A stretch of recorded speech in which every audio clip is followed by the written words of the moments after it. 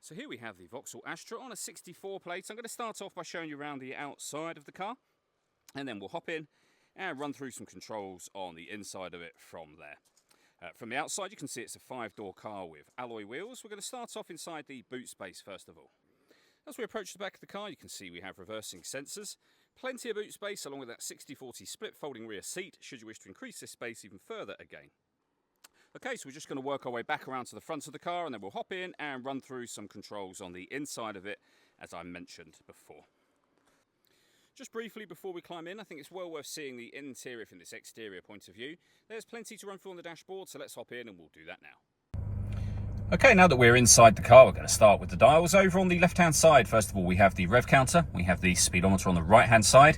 In the centre at the top, we've got the fuel gauge and coolant temperature gauge. And beneath that, the main trip computer, which includes the total miles of this car. They are only 35,635. So very low mileage. You can change information that's displayed there using controls on the steering wheel for various bits of trip computer and fuel economy information.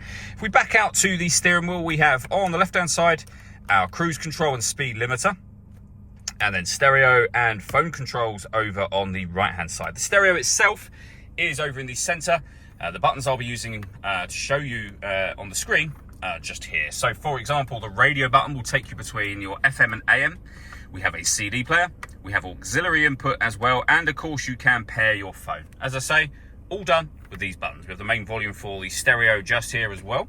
And then below that, the air conditioning. So you can adjust the temperature, fan speed, and direction of the air.